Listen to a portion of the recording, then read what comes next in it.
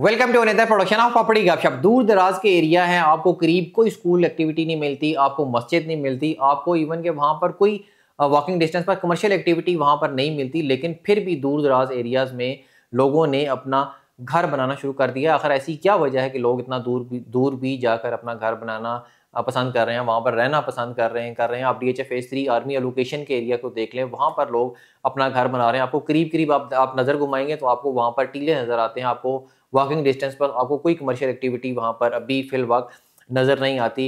आप DHA phase 6 sector A में चले जाते हैं, आपको वहाँ पर भी लोगों ने अपना घर बनाना शुरू कर दिया हुआ है। वहाँ पे आपको वॉकिंग डिस्टेंस पर आपको कमर्शियल एक्टिविटी नहीं मिलती, बल्कि दूर आपको DHA फेज 5 सेक्टर एज के घर नज़र आ रहे होते हैं। बल्कि बड़ी हैरानकुन बात है कि DHA फेज 6 सेक्टर B3 में भी कुछ ऐसे हीरोज़ मौजूद हैं जिन्होंने वहाँ पर भी अपना घर जो है ना वो स्टार्ट कर दिया हुआ, वहाँ पर अपना घर बना रहे हैं, जिसके बारे में ये मशहूर था। हम सब लोग यही बात करते होते थे कि DHA फेज 6 सेक्टर B3 में अगले 10 साल भी जो है ना वो लोग अब वहाँ पर अपना घर नहीं बनाएंगे। मुझे भी ऐसा लगता था कि सेक्टर B3 में 4-5 साल तक जो है ना वो घर नहीं बनाएंगे, लेकिन इस वक्त ऐसे हीरोज़ मौजूद हैं जो सेक्टर B3 में भी जाकर दूर एरिया है वहाँ पर भी अपना घर बना रहे हैं। मुझे ऐसा लगता है कि पहले कुछ अर्सा पहले पीछे चले जाएँ, शायद आप कोविड-19 को ले लें। कोविड-19 के वक्त जब पूरी दुनिया की इकॉनमी ने 180 डिग्री का टर्न लिया, उससे पहले अलग सिचुएशन थी, अभी की अलग सिचुएशन। उससे पहले हमें ऐसा लगता था 2 चीज़ें होती हैं, आपकी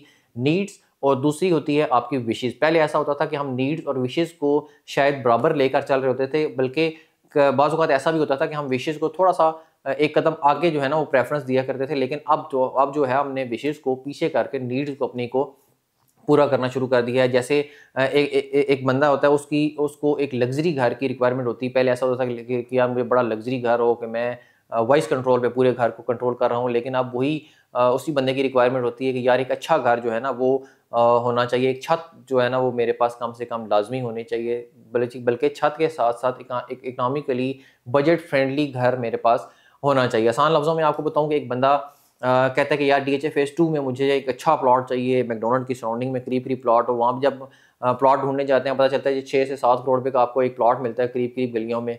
तो वही प्लॉट वही बंदा वही बजट लेकर जब DHA फेज 5 में आता है कि यार चंद कदम का ठीक है, चंद कदम का फ़ासला है, तो फेज 5 में को प्रेफ़र कर लेते हैं कि फेज 5 में चले जाते हैं। फेज 5 में 4 करोड़ रुपए का प्लॉट आपको बहुत अच्छा प्लॉट आपको मिलता है 4 करोड़ रुपए का।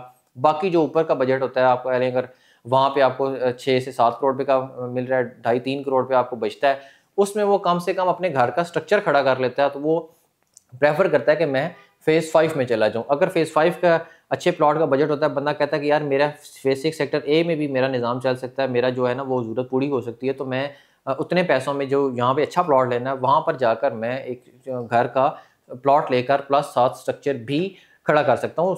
जिस तरह DHA फेज़ 6 सेक्टर B3 के बारे में लोग बात करते थे, जिसमें मैं भी शामिल था कि यार टाइम लगेगा वहाँ पर आबादी आने की। इसी तरह river view north, river view south को लेकर भी लोगों का यही तवज्जो है कि वहाँ पर ये भी दूर दराज एरिया है और वहाँ पर भी लोग जो है ना वो इतना जल्दी आबाद नहीं होंगे। लेकिन मुझे ऐसा लगता है river view north, river view south घर बनाने के लिए, अपना रहने के लिए इंतहाई खूबसूरत जगह हैं। वहाँ पर अब आबादी जो है ना वो अभी आना शुरू हो जाएगी। रिवर व्यू नॉर्थ में तो ऑलरेडी पोजीशन जो है वो मौजूद है, आप वहाँ पर अपना घर बना सकते हैं। रिवर व्यू साउथ में भी करीब-करीब देखेंगे वहाँ पर DHA अपनी पोजीशन अनाउंस कर देगा। और हर चीज़ एक टाइम पर आपको ऐसा लगता है कि एक टाइम पर वो आपको किसी एक डेस्टिनेशन पॉइंट से आपको दूर लगती है। जैसे एक जाज़िब भाई के एक क्लाइंट है DHA फेज़ 2 के, वो पुराने रेज़िडेंट हैं। आप कह लें 15-16 साल, 17 साल पुरानी बात हो कि बकौल जाज़िब भाई के है। वो ये बताते हैं कि एक टाइम ऐसा था जब हमने DHA फेज़ 2 में घर बनाया था, तो हमें नान लेने के लिए, रोटी लेने के लिए स्वां अड्डे तक वहाँ पर एक रेस्टोरेंट था, वहाँ से हमें नान लेने के लिए जाना पड़ता था। इसी तरह आज देख लें आप, B3 में जो बंदा जो हीरो घर बना रहा है अपना, उसको अपनी ज़रूरत पूरी करने के लिए DHA फेज़ 5 आना पड़ेगा। अगर यहाँ से नहीं होगी तो वो DHA फेज़ 2 जाएगा।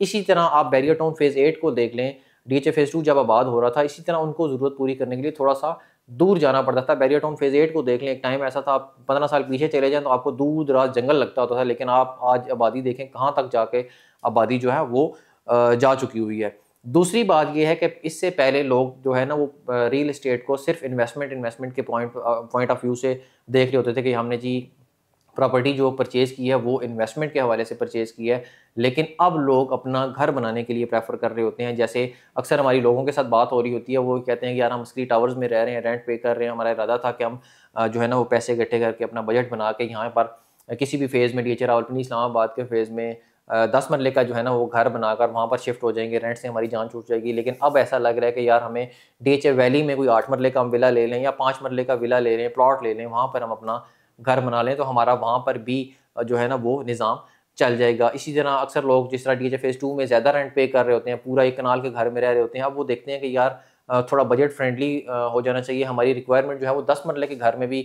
पूरी हो रही है, तो वो 10 मरले के घर की तरफ आना शुरू हो जाते हैं।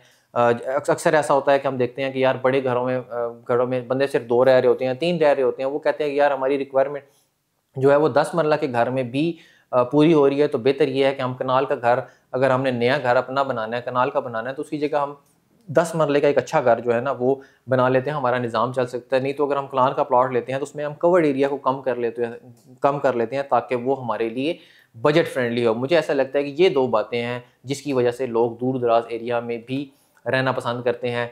जैसे बी3 हो गया, आर्मी लोकेशन वाला एरिया हो गया, रिवर व्यू नॉर्थ भी रहने के लिहाज से आप देखिएगा जैसे ही कनेक्टिविटी आप बहाल होती है ये सेक्टर डी वाली, आप हैरान होंगे कि वहाँ पर भी आबादी कितना जल्दी जो है ना वो आना शुरू हो जाएगी। नंबर 1 बजट फ्रेंडली, अब लोग घर प्रेफर करते हैं कि यार बजट फ्रेंडली हो, हमारी ज़रूरत जो है ना वो पहले पूरी हो बजाय के विशेज़ को लेकर। और दूसरा ये है कि लोग इन्वेस्टमेंट से थोड़ा सा हट कर अपना घर बनाने के लिए प्रेफर कर रहे होते हैं। अब जो भी एक बंदा आता है कि यार मैंने 2 साल बाद 3 साल बाद घर बनाना है, तो मैं सेक्टर बी3 में ही ले लेता हूँ, इस वक्त मेरे पास इतने पैसे हैं, तो बी3 में अगर मुझे कनाल का प्लॉट मिल रहा है तो मैं वहीं पे घर बना लूँगा। अब जैसे जैसे टाइम गुजरता जाता है, अब वक्ती तौर पर आपके सामने जो सहूलियात है वो नहीं होती, आपको फ्यूचर प्लानिंग लग रही होती है। जैसे अभी आपको आर्मी लोकेशन में फ्यूचर प्लानिंग लग रही होगी, फेज 6 सेक्टर ए में, बी3 में आपको फ्यूचर प्लानिंग लग रही होगी कि यार ये चीज़ें आने वाली हैं।